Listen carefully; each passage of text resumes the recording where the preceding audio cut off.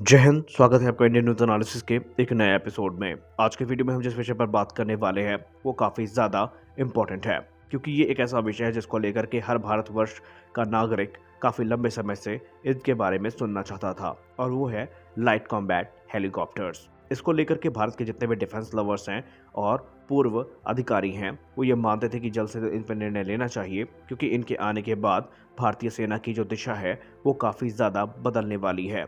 और कुछ ऐसा ही कैबिनेट कमेटी ऑन सिक्योरिटी की मीटिंग, जो कि 30 मार्च 2022 को नई दिल्ली में आयोजित करी गई थी, वहां पर हुआ भी।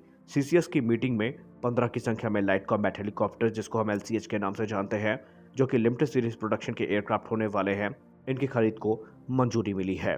यह खरीद 3,887 करोड़ रुपए की है। इसके अलावा 377 करोड़ की एक और डील को साइन किया गया है, जो कि इंफ्रास्ट्रक्चर से संबंधित है। ये जो हेलीकॉप्टर हैं, फिलहाल तो ये लिमिटेड सीरीज प्रोडक्शन के होंगे, जिनको भारत ने स्वदेशी तौर पर डिज़ाइन, डेवलप और मैन्युफैक्चर किया है। इनिशियली ये जो हेलीकॉप्टर्स हैं, इनमें मात्र 45% जो इक्विपमेंट्स हैं वो इंडिजिनस हैं, लेकिन माना जा रहा है कि आने वाले समय में जब ये सीरियल प्रोडक्शन में जाएंगे तो इनमें जो इंडिजिनस कंपोनेंट्स की संख्या है वो बढ़ के 55% तक पहुंच जाएगी। और भारत सरकार, हिंदुस्तान एरोनॉटिक्स लिमिटेड और जो संलग्न कंपनियां हैं, उनका ये दावा है कि आने वाले 8 से 9 वर्षों में तकरीबन 80% जो कंपोनेंट्स होंगे वो इंडियन होंगे। खैर, वो तो बात की बात है। सबसे ज़रूरी बात यहाँ पर यह है कि लाइट कॉम्बैट एयरक्राफ्ट का आखिर इतने लंबे समय से इंतज़ार क्यों था? क्यों भारत के हर जवान के मुंह में, क्यों भारत के हर पूर्व सैनिक के मुंह से हमको यही सुनने को मिला है कि लाइट कॉम्बैट एयरक्राफ्ट की डील जल्द से जल्द होनी चाहिए? उसका कारण ये है कि ये जो हेलीकॉप्टर है, ये अपनी सुप्रीम एजिलिटी, मनूवरबिलिटी और अपने वाइड रेंज ऑफ वेपन्स के लिए जाना जाता है। जब भी बात आती है हाई एल्टीट्यूड वॉरफेयर की, तो वहाँ पर अपाचे या मी 24 या मी 35 किसी को भी नहीं याद किया जाता। वहाँ पर एक ही नाम सामने आता है, और वो आता है लाइट कॉम्बैट हेलीकॉप्टर्स का, क्योंकि ये जो हेलीकॉप्टर है, ये हाई एल्टीट्यूड की इनकी जो परफॉर्मेंस है वो सबसे अलग है। सबसे खास बात यहाँ पर यह है कि भारत इन हेलीकॉप्टर्स का इस्तेमाल किसी भी वेदर में राउंड द क्लॉक कभी भी कर सकता है। इन हेलीकॉप्टर्स को ऐसा डिज़ाइन किया गया है कि भारत की ज़रूरत के हिसाब से ये किसी भी मिशन को आसानी से परफॉर्म कर सकते हैं, जैसे कि combat, search and rescue, destruction of enemy air defence, counter insurgency operation और भी दूसरे ऑपरेशन जो हैं वो भी इनसे किए जा सकते हैं। ये एयरक्राफ्ट ना सिर्फ एनिमी के इंफ्रास्ट्रक्चर, उनके आर्मर्ड व्हीकल और खुद एनिमी के लिए एक बड़ा खतरा है, बल्कि उनके जो स्लो मूविंग टारगेट्स हैं, जो एयरक्राफ्ट है, वो भी इससे गिराए जा सकते हैं। जी हाँ, ये हेलीकॉप्टर अपने साथ एयर टू एयर मिसाइल्स को लेकर के उड़ान भरेगा, जो कि किसी भी ड्रोन या हेलीकॉप्टर को हवा से हवा की लड़ाई में मार गिराने में सक्षम होंगे। इनको इस प्रकार से डेवलप किया गया है कि चाहे जंगल वॉरफेयर हो या अर्बन एनवायरनमेंट हो, किसी भी प्रकार की स्थिति हो, इन हेलीकॉप्टर्स की सहायता से दुश्मन को अप्रत्याशित रूप से बहुत ज़्यादा जो विध्वंस है वो देखने को मिलेगा।